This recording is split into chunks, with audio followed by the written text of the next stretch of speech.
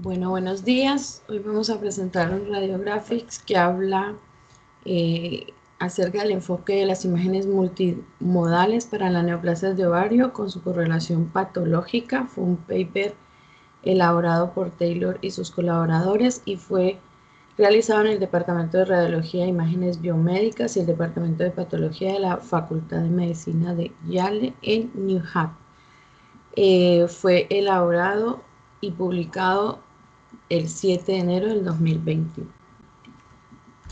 Los objetivos de aprendizaje son describir la utilidad y las ventajas de las diferentes modalidades de imágenes utilizadas para evaluar las neoplasias de ovario, identificar las neoplasias de ovario sobre la base de su apariencia de imagen y comparar los hallazgos patológicos e histológicos macroscópicos con los que se observan en radiología.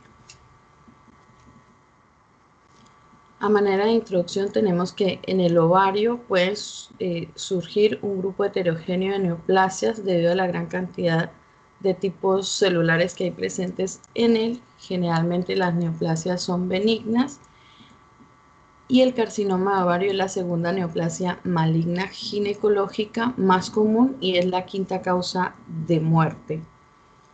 Las neoplasias de ovario se dividen en 4 categorías principalmente: las células epiteliales, las células germinales, las del estroma del cordón sexual y las metástasis. Tenemos que las células epiteliales son las más frecuentes y las neoplasias de células germinales le siguen. La ecografía va a ser el examen de primera línea para la evaluación de toda masa anexial sospechosa, y la tomografía y la resonancia nos van a ofrecer solamente información complementaria. También en el paper nos hacen inferencia que las características, si bien nos pueden acercar a una sospecha diagnóstica, es la cirugía y el análisis histopatológico quienes van a definir el diagnóstico. En cuanto a la anatomía, tenemos que el ovario se encuentra en la cara lateral y posterior de la cavidad peritoneal pélvica. Es un órgano móvil en esta cavidad a pesar de los múltiples puntos de unión, dentro de los cuales tenemos el mesovario, que ancla el ovario a la superficie posterior del ligamento ancho. Tenemos el ligamento suspensorio, que nos va a unir el ovario con la cara lateral de la pelvis, y tenemos el ligamento propio del ovario que nos va a unir el ovario con el útero. Estos ligamentos son importantes ya que actúan como vías de diseminación para la enfermedad ovárica, particularmente la diseminación peritoneal temprana que se observa en muchos de los subtipos malignos. En cuanto a las imágenes multimodales para la evaluación de las neoplasias de ovario, en la tabla se explica la aplicación primaria, las ventajas y limitaciones de cada una de ellas, haciendo énfasis en que la ecografía es la imagen de primera línea para estudiar las imágenes anexiales. Una vez que la ecografía es indeterminada porque ya sea la lesión muy grande, la resonancia es quien nos va a ayudar a aclarar, y al mismo tiempo la resonancia nos va a ayudar en la confirmación de si la lesión es originaria del ovario. En cuanto a la tomografía, tenemos que es el examen ideal para la estadificación y también para hacer la evaluación de la extensión de la enfermedad antes y después de la cirugía citorreductora en las neoplasias malignas. Y también nos ayuda a evaluar las complicaciones que pueden surgir por este tipo de patología. En cuanto al objetivo de las imágenes preoperatorias en las neoplasias de ovario, es ayudar a predecir qué subtipo es, si es benigno, limítrofe o maligno, discernir si el ovario es el órgano de origen y evaluar la presencia de enfermedad metastásica. Bueno, entrando en materia, tenemos que las neoplasias de células epiteliales van a tener unas características según ellas sean benignas, limítrofes o malignas. si son benignas, generalmente son quistes uniculares revestidos por una sola capa de un epitelio benigno. Si son limítrofes, generalmente no tienen invasión, pero estas pueden tener alguna diseminación intraperitoneal, y las malignas tienen otras características y histológicamente siempre se van a dividir en bajas o alto grado. A manera de teaching point, el artículo nos dice que las características de imagen que sugieren un tumor limítrofe o maligno son aquellas que incluyen nódulos morales, proyecciones papilares, componentes sólidos que realzan al contraste, presencia de paredes y tabiques engrosados mayores de 3 milímetros y presencia de vascularización. En el paper también nos hablan que las neoplasias de células epiteliares, la OMS, en el 2014 realizó una clasificación de esta neoplasia según la patogenia y la histología, y las definió entre benignas y malignas. Dentro de las benignas incluyó los serotipos serosos, mucinosos, endometrioides, células claras, seromucinosos, de Werner y no diferenciados, y dentro de los malignos incluyó los serosos de alto y bajo grado, los endometrioides, células claras, mucinosos, y Pérez y colaboradores agregaron los carcinosarcomas y los tumores de Werner malignos, que son raros. Bueno, dentro de las neoplasias serosas tenemos que es el subtipo más común de todas las neoplasias de ovario. Se subdivide en 4 principales tipos, que son el carcinoma seroso benigno, el limítrofe, el carcinoma seroso de bajo grado y el carcinoma seroso de alto grado. Generalmente son lesiones bilaterales uniloculares, y en las variedades limítrofes y malignas vamos a observar proyecciones papilares y también podemos ver calcificaciones pseudomatosas. En cuanto al cistoadenoma seroso, tenemos que es una patología benigna, es la neoplasia de ovario más común y se presenta en un 30% de las pacientes. El diagnóstico lo podemos hacer mediante ecografía, y en el teaching point lo que nos dice es que las características de este tipo de lesión es una imagen unilocular, sin componentes sólidos, sin presencia de tabiques ni nodularidades murales, aunque ellos hablan que se pueden presentar algunos lóculos, pero que están separados por tabiques muy finos. Aquí nos presenta un ejemplo de una paciente de 57 años que consultó por un dolor pélvico. Esto es una imagen de ecografía donde estamos viendo una quiste unilocular de contenido líquido, es una imagen anecogénica, y el diagnóstico es un cistoadenoma seroso benigno. Bueno, dentro de las neoplasias serosas también tenemos el cistoadenoma limítrofe seroso y el seroso de bajo grado. La neoplasia limítrofe es el subtipo más común de todas las neoplasias epiteliales limítrofes, con un porcentaje del 65 a 70%, una edad promedio de 42 años. Tiene un buen pronóstico, son de un crecimiento lento, pero pueden tener un potencial de transformación a un carcinoma seroso de bajo grado hasta en un 6,8%, por lo cual ellos recomiendan que este tipo de lesiones se les debe hacer seguimiento. En cuanto al carcinoma seroso de bajo grado, es poco común, se presenta en un 2,5% de todos los tumores malignos de ovario y tiene un pronóstico precario. En cuanto a las imágenes, estas dos entidades siempre van a presentar lesiones bilaterales, son quistes multiloculares con componentes sólidos variables, tienen proyecciones papilares y en raras ocasiones pueden presentar nódulos superficiales. Estas proyecciones papilares y los componentes sólidos van a tener un realce al contraste que se aprecia muy bien en la resonancia. También este tipo de lesiones tienen mutaciones del gen BRAF, y los tumores limítrofes que se transforman a carcinoma seroso de bajo grado, lo que presenta son mutaciones del gen KRAS y NRAS. A nivel patológico son indistinguibles y la diferencia solamente se hace en la parte histológica. Aquí entonces estamos viendo una paciente de 34 años que consultó por dolor en el hipogastrio. La primera imagen es una imagen de resonancia, una secuencia T2 FACSAT, donde se está viendo una masa predominantemente hiperintensa con múltiples lesiones papilares hipointensas, como lo muestran acá las flechas. En la segunda imagen es una resonancia en una secuencia T1 FACSAT con contraste, donde estamos viendo el realce que presentan estas lesiones papilares, y además con el asterisco lo que estamos viendo son excrescencias que se presentan en la superficie de la lesión.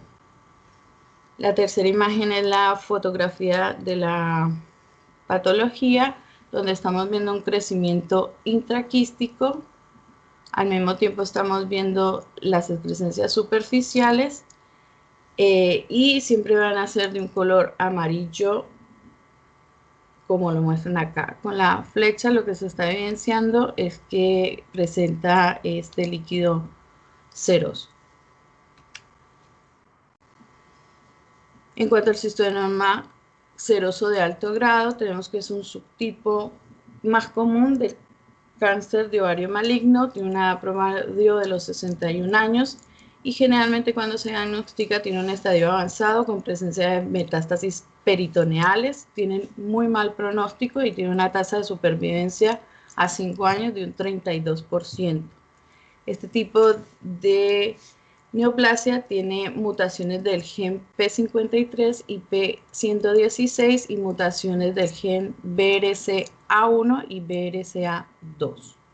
A nivel de las imágenes son lesiones bilaterales en un 58%, son masas quísticas y sólidas, y algunas neoplasias son completamente sólidas. Tienen proyecciones papilares que muestran un intenso realce al contraste y se asocian con metástasis peritoneales y también pueden presentar calcificaciones hasta en un 4,7%.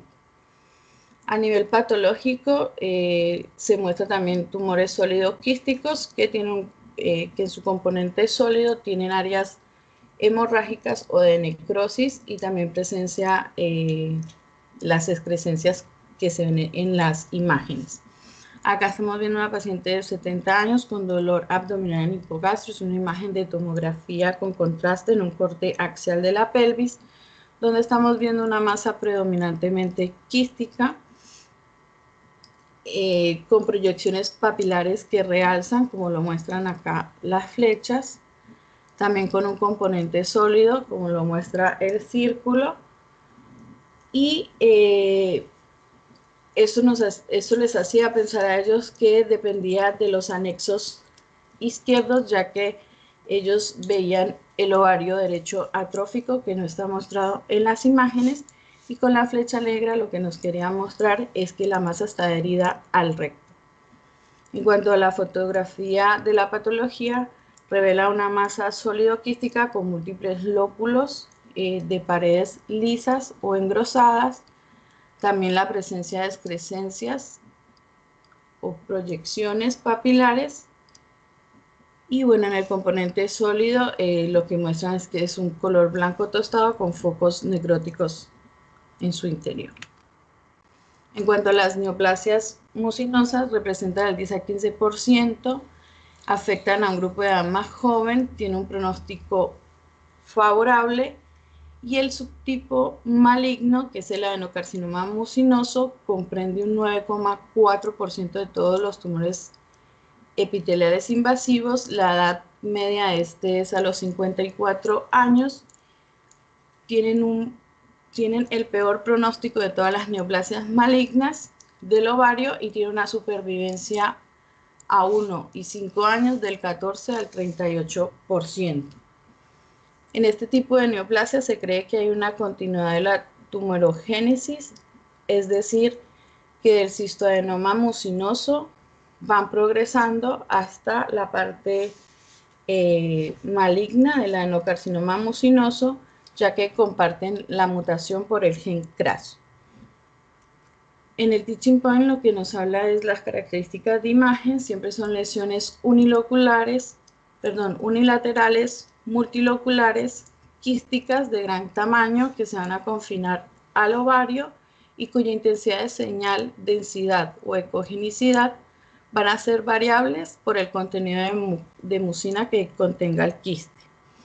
Pueden presentar proyecciones papilares, pueden presentar calcificaciones intramolares lineales hasta en un 34%, y cuando se presenta una neoplasia mucinosa limítrofe, lo que vamos a encontrar es un aumento de los lóculos internos.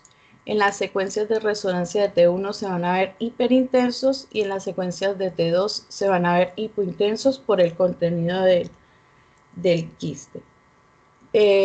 También pueden presentar nódulos murales y tabiques de más de 5 milímetros. Y si son neoplasias ya malignas, van a tener un componente más sólido, son lesiones mayores de 10 centímetros y pueden presentar unos lóculos internos más pequeños que le van a dar una apariencia de pana.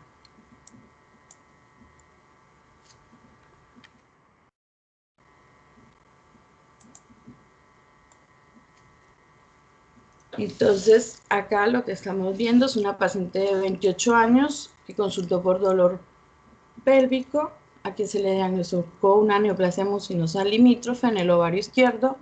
Es una imagen de resonancia en un corte axial en secuencia T2 FACSAT, donde estamos viendo el útero, el ovario derecho y además estamos viendo una masa quística multilocular hiperintensa que depende del ovario izquierdo con diferentes intensidades de señal por el contenido del quiste, el cual pues va a depender de la viscosidad de la mucina que presenta este. También dentro de este estamos viendo con la flecha la presencia de quistes agrupados con lóculos internos más pequeños, lo que nos da la apariencia del panal.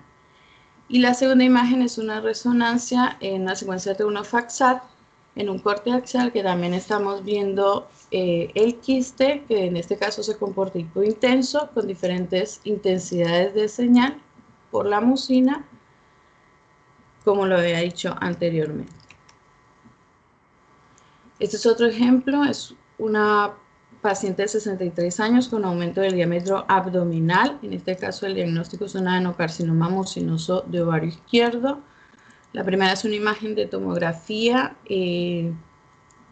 con contraste de pelvis en un corte axial, donde estamos viendo una masa predominantemente sólida con innumerables lóculos diminutos que se comportan hipodensos, marcados con los círculos, y con el asterisco lo que están evidenciando es la presencia de ascitis asociada.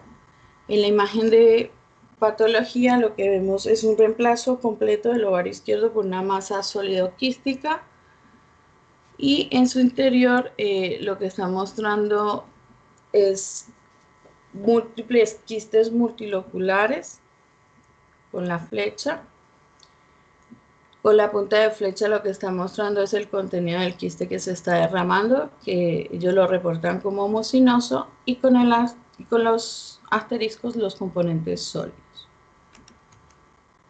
En cuanto al carcinoma endometrioide y carcinoma de células claras, tenemos que se manifiestan en la quinta década de la vida, tienen un pronóstico bueno.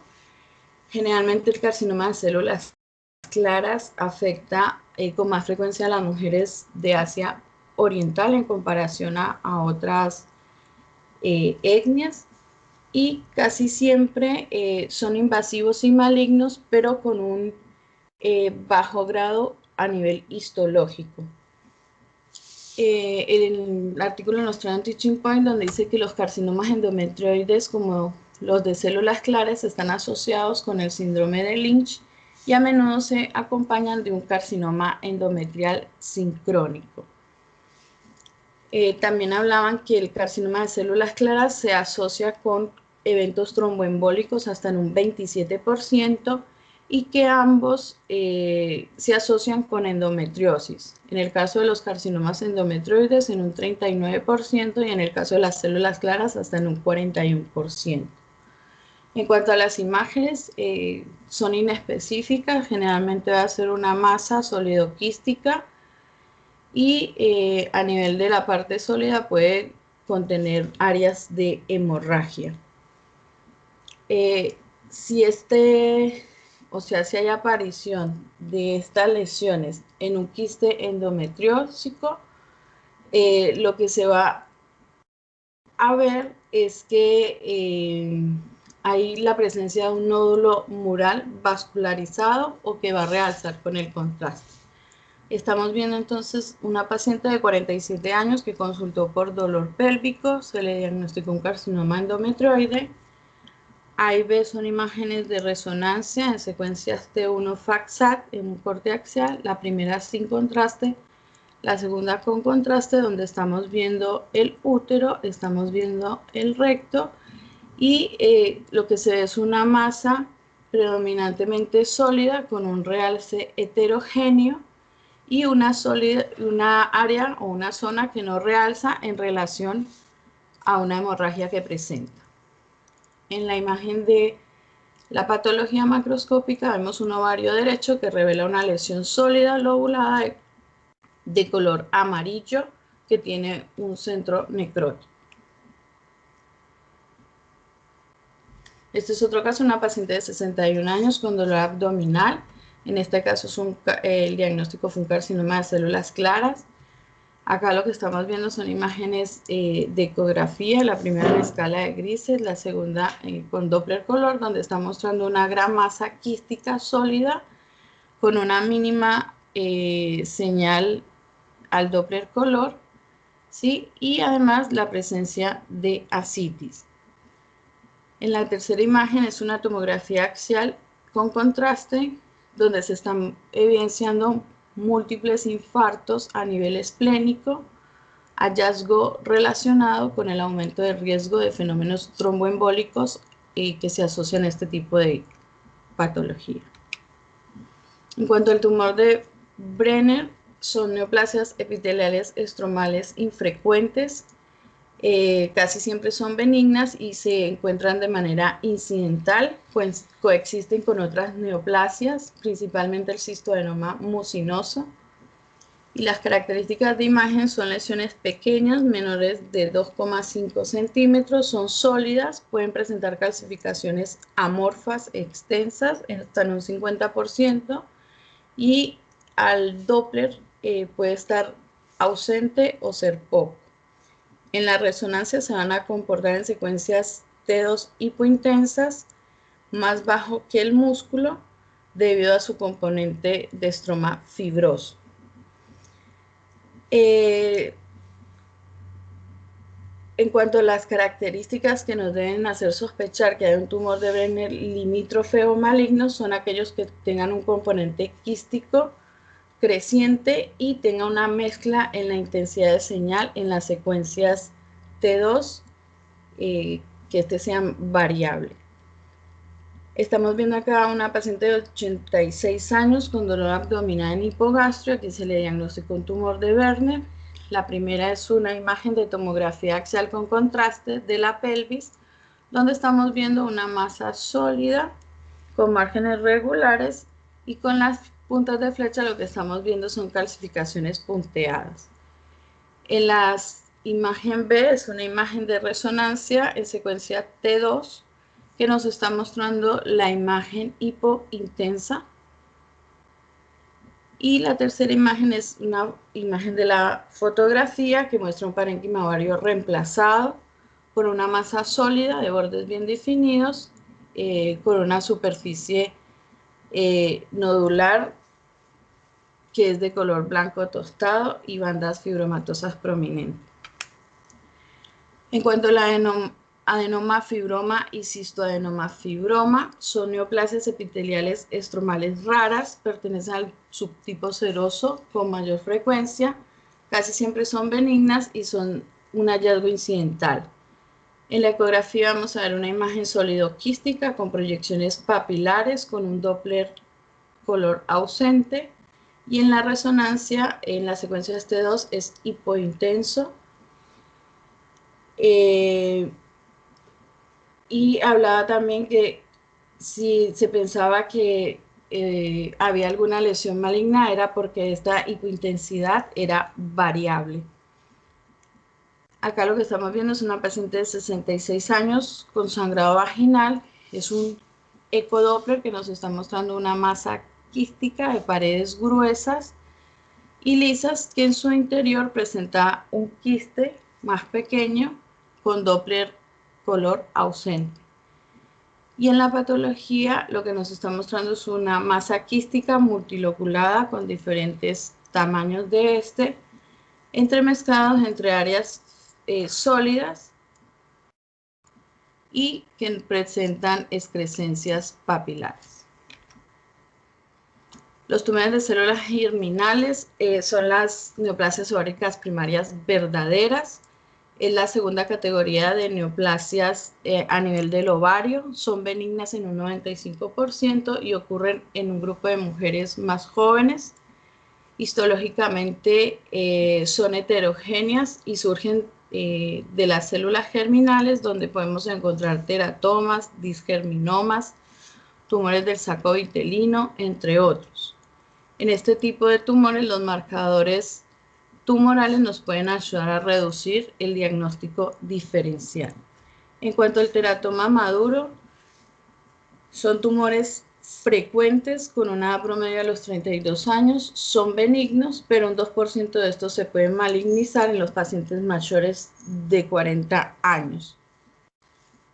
El paper nos trae un teaching point que dice que los teratomas maduros presentan grasa, pelo, dientes, huesos o cartílagos, y en las características de imagen, en la resonancia, el componente graso de la masa en las secuencias T1 y T2 se va a ver hiperintenso, pero cuando aplicamos secuencias de FACSAT va a tener una pérdida de esta señal.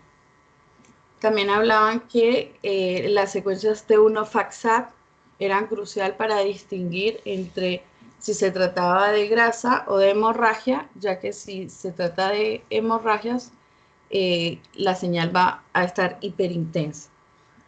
En cuanto a la presencia de dientes o de calcio, se van a ver hipointensas en las dos secuencias, y también este tipo de lesiones pueden tener un realce en su componente sólido. En la ecografía lo que vamos a ver son imágenes quísticas con componentes sólidos que pueden ser altamente ecogénicos por la presencia de cualquiera de estas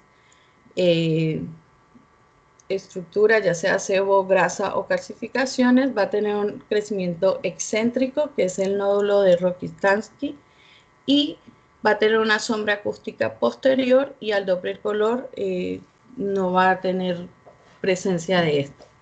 En la tomografía se va a ver una masa densa, una masa con densidad grasa, y va a tener un nódulo sólido excéntrico.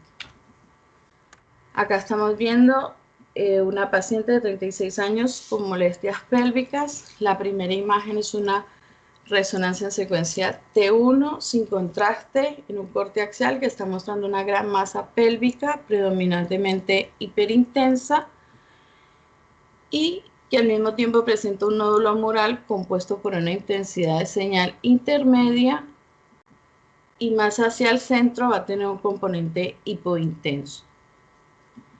La segunda imagen es una imagen de resonancia en secuencia T2 FACSAT en un corte axial, donde está mostrando que la señal es hipointensa de toda la masa debido al componente graso que tiene esta lesión. En la porción central va a tener este nódulo, va a tener un hiperrealce, y en su parte más central va a persistir hipointensa. En la tercera imagen es una T2 axial FACSAT, donde persiste la señal hipointensa debido al componente graso. En la porción central de este también va a permanecer hipointensa. Y lo que nos quiere mostrar en el recuadro más pequeño es que la masa está separada del ovario izquierdo. Entonces ellos acá dicen que la hipointensidad que presenta en T1 y T2 el nódulo mural lo que nos está reflejando la presencia de una calcificación dentro del nódulo de Rokitansky. Esta es otra paciente con un teratoma maduro, es una imagen de ecografía con Doppler color que nos está mostrando el nódulo de Rokitansky, que se va a presentar como un componente hiperecogénico avascular que nos está generando sombra acústica con el asterisco. Y esta es la fotografía patológica donde nos está mostrando una masa quística que contiene pelo, dientes, grasa, y también está mostrando que la serosa es de un color blanco tostado y rojo suave.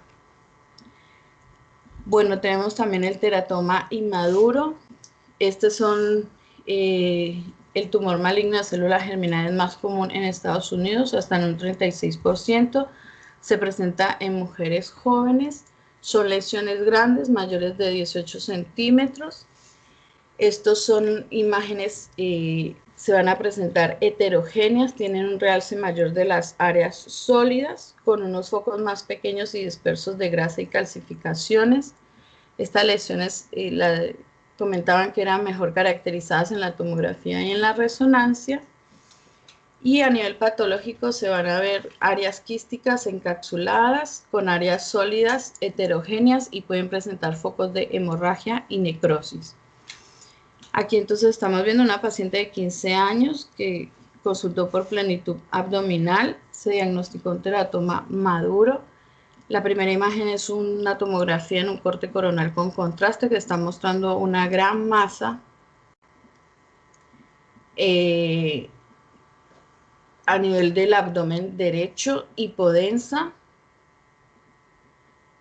También con la flecha negra lo que estamos viendo es un realce que tiene de las partes blandas. Con la flecha blanca lo que está mostrando son áreas de calcificación. Y con la punta de flecha, que se magnifica acá, lo que quiere mostrar es el componente graso que tiene. La segunda imagen es una resonancia axial en secuencia T2-FAXAT. Y la tercera imagen es un T1-FAXAT post-contraste, donde lo que quieren mostrar es el contenido líquido de la lesión. Y aparte de eso, en la tercera imagen lo que nos muestra es el realce mural de los componentes. El teratoma monodérmico son neoplasias raras y son especializadas, consiste en un tipo de células histológicas maduras, predominantes, donde el tejido tiroideo es el más común, aunque pueden o también describen tumores carcinoides o neurales. Se asocian con hipertiroidismo y en raras ocasiones con carcinoma papilar. En cuanto a las imágenes, son variables, pueden ser lesiones quísticas o sólidas solamente, las cuales van a realzar ávidamente. En la ecografía lo que vamos a encontrar son componentes sólidos internos ecogénicos que tienen captación de Doppler color. En la tomografía lo que veríamos son lesiones hiperdensas debido al contenido de yodo del tejido tiroideo y va a tener un ávido realce. Aquí estamos viendo el caso de una paciente con carcinoma papilar de tiroides que surge en el estroma ovárico en una paciente de 45 años con hipertiroidismo. La primera imagen es una ecografía Doppler color que muestra una masa sólida hiperecogénica en el ovario derecho. Y con la flecha lo que quiere mostrar son focos internos de vascularización que presenta. En la parte de la imagen de fotografía de la patología revela que tiene una superficie sólida heterogénea y que puede presentar áreas de necrosis o hemorragia en su interior. Otro tipo de tumor de las células germinales son el disgerminoma. Es el segundo tumor de las células germinales del ovario, maligno, más común. En Estados Unidos comprende hasta en un 33%, se manifiesta más que todo en la población adolescente o adulta joven y puede también encontrarse durante el embarazo. Es un tumor de crecimiento rápido, se presentan lesiones mayores de 10 centímetros que pueden tener tabiques fibrovasculares intermedios que realzan homogéneamente en la tomografía o en la resonancia y que pueden tener captación de Doppler color. De este tipo de patología el paper no presentó ninguna imagen. Otro tipo de lesión es los tumores de saco vitelino. Son el tercer tumor maligno, son raros, son tumores agresivos, afectan principalmente a las mujeres jóvenes de 19 años, tienen un muy mal pronóstico, son de crecimiento rápido y presentan elevación de la alfa-fetoproteína. A nivel de las imágenes, lo que se va a encontrar es una masa sólido-quística unilateral de más o menos unos 15 centímetros que puede contener porciones hemorrágicas, y ellos hablaban de que las lesiones pueden tener unos focos de realce o el signo del punto brillante, lo cual se lo atribuyen a la presencia de vasos sanguíneos dilatados que presenta el tumor. Al mismo tiempo decían que esto no es un signo patoneumónico. En la resonancia, estos vasos dilatados los vamos a encontrar como hipointensos debido al vacío de señal de flujo, y también podemos encontrar áreas hemorrágicas que en las secuencias T1 faxal las vamos a ver hiperintensas. Aquí lo que estamos viendo es una paciente de 13 años que consultó por un dolor en el cuadrante inferior izquierdo y una masa palpable. Esto es una ecografía Doppler color de la pelvis que nos está mostrando una gran masa sólido-quística con signos de puntos brillantes, como muestra acá las flechas, y al mismo tiempo vasos intratumorales grandes, de lo cual no tenían claros ellos en ese momento que se trataba, por lo cual la paciente le hacen resonancia. Y aquí estamos viendo una imagen de resonancia en una secuencia T2 sagital, donde nos está mostrando una masa sólida quística que está separada de la vejiga y del útero, que impresiona depender del ovario derecho. Con la punta de flecha lo que estamos viendo son imágenes serpentiginosas y redondas hipointensas, creadas por la presencia de vacío de señal de flujo en relación a los vasos dilatados. La tercera imagen es una resonancia en secuencia T1 faxat sin contraste. La tercera es con contraste, donde nos está mostrando con la flecha la presencia de dendritos hemorrágicos, y en D lo que nos está mostrando es un realce nodular hiperintenso, y con las puntas de flecha estamos viendo son los vasos intramurales.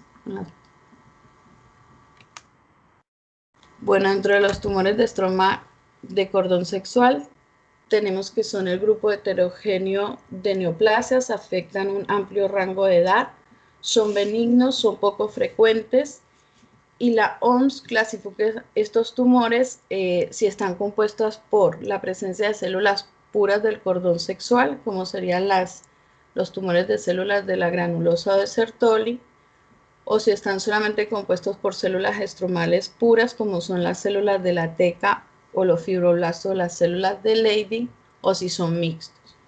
Estas son masas principalmente sólidas, excepto los tumores de la celulosa de la granulosa.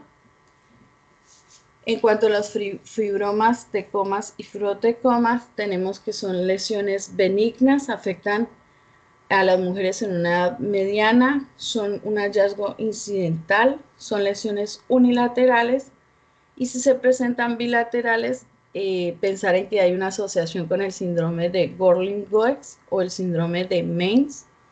A nivel de las imágenes, en la eco son masas hipoecogénicas con un sombreado acústico posterior sin ninguna captación de Doppler, y en la resonancia lo que vemos son en las secuencias T1 una masa sólida iso o hipointensa, y en las secuencias T2 una masa hipointensa en relación al músculo, que puede tener un mínimo realce en las imágenes tardías. Acá lo que estamos viendo es una paciente de 57 años con dolor abdominal fosíliaca izquierda, Es una imagen de resonancia en secuencia T2 axial de la pelvis, donde estamos viendo una imagen hipointensa con el asterisco que está separada del útero y del ovario izquierdo, que además contenía un quiste que se muestra acá con la punta de flecha, y dentro de esta masa vemos que hay áreas heterogéneas hiperintensas intercaladas secundarias a la presencia de edema o degeneración quística. Con la flecha lo que nos quiere mostrar es que había un poco de ascitis en esta paciente. Ellos también comentan que esta paciente se le encontró que tenía una torsión ovárica de esta masa. En cuanto a los tumores de células de Sertoli, son poco frecuentes, afecta a mujeres jóvenes, aunque también se han informado casos de afectación en pacientes posmenopáusicas, tiene un pronóstico bueno, ¿sí? En cuanto a las imágenes, se ve una masa sólida unilateral que puede tener quistes variables. En la ecografía lo vamos a ver como una masa heterogénea con flujo color Doppler presente. En la resonancia de secuencias T1 se ve un realce de la masa sólida y en T2 vamos a encontrar una intensidad variable y patológicamente son lesiones lobuladas y de un color amarillo sólido. Acá entonces estamos viendo una paciente de 64 años con un sangrado posmenopáusico con diagnóstico de tumores células de Sertoli-Leydi. Es una imagen de resonancia en T2 coronal de pelvis que nos está mostrando con la flecha una masa ovárica sólida que tiene una mayor intensidad de señal en relación al miometrio y que contiene quistes en su interior. Y al mismo tiempo, de manera incidental, se evidencia con la punta de flecha un fibroma en el ovario izquierdo, que es más hipointenso que el tumor de las células de Sertoli. Bueno, en el paper también comentaban que habían otro tipo de tumores relacionados con el estroma de cordón sexual, de los cuales no presentaban ninguna imagen. Y hablaban de que se presentaban con poca frecuencia. En cuanto a las metástasis, generalmente se deben a neoplasias gastrointestinales, bien sea del colon, apéndice, estómago o páncreas, pero también pueden ser de cáncer de mama, pulmón o de un tumor ovárico contralateral. Ahí hablaban que era un desafío hacer el diagnóstico entre un adenocarcinoma de ovario o limítrofe y un tumor metastásico mucinoso. En esta tabla lo que se muestra son las diferencias a tener en cuenta y siempre las metástasis van a ser bilaterales, van a tener un diámetro menor de 10 a 13 centímetros. Van a estar siempre presente carcinomatosis peritoneal, están asociadas con pseudomixoma peritoneal y a nivel histológico van a tener un compromiso de la superficie, pueden ser infiltrativos o nodulares y pueden tener una invasión linfovascular. Acá estamos viendo una paciente de 54 años con antecedente de un SEA gástrico que presentaba pérdida de peso y sensación de un peso a nivel pélvico. El diagnóstico fue un tumor de Krokenberg metastásico. Esto es una imagen de tomografía con contraste axial de pelvis que está mostrando unas masas anexiales bilaterales que tienen un componente quístico, como muestra con la flecha, y también se está viendo que tiene ascitis. En la parte de la patología estamos viendo que es un componente sólido quístico y también muestra una nodularidad en la superficie. Esta es una tabla donde es un diagrama, de flujo, donde nos está describiendo el enfoque algorítmico de las neoplasias del ovario, ¿sí? Y nos va orientando hacia cómo ir haciendo el enfoque cuando nos enfrentamos frente a una masa anexial. Dentro de las conclusiones tenemos que la ecografía transvaginal es la modalidad de estudio en primera línea para evaluar una masa anexial sospechosa, que la resonancia se puede utilizar para demostrar lesiones más grandes donde la ecografía me excede el campo de visión, y también nos ayuda a delimitar el diagnóstico diferencial en una masa indeterminada con la ayuda del medio de contraste. En cuanto a la tomografía, es la modalidad recomendada para la estadificación preoperatoria y la reestadificación después de la cirugía citorreductora de las neoplasias malignas, y también que la comprensión de las características radiológicas de los múltiples subtipos de las neoplasias de ovario pueden ayudar a los radiólogos a orientar el diagnóstico del paciente. Sin embargo, no olvidarnos de que el diagnóstico definitivo lo hace el análisis histopatológico e inmunohistoquímico. Gracias.